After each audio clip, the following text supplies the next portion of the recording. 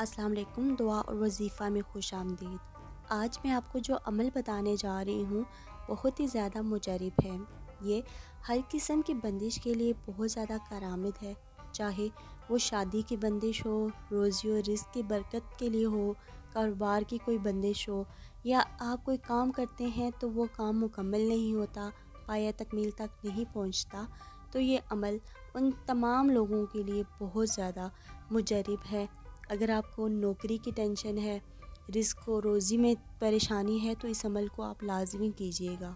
इस अमल को इस समय उम्मे मूसा भी कहते हैं। आमिल मुवक्किलीन अयूब समाई मिस्री के मुताबिक हज़रत मूसा अलैहिस्सलाम की वालिदा का नाम योहानिस है, और अगर कोई इस इसम को 50 मरतबा लिख कर अपने पास रखेगा तो अल्लाह तबारक ताला उसका हर मतलब पूरा करेगा, उसका हर मकसद कामयाब हो जाएगा इंशाअल्लाह ताला।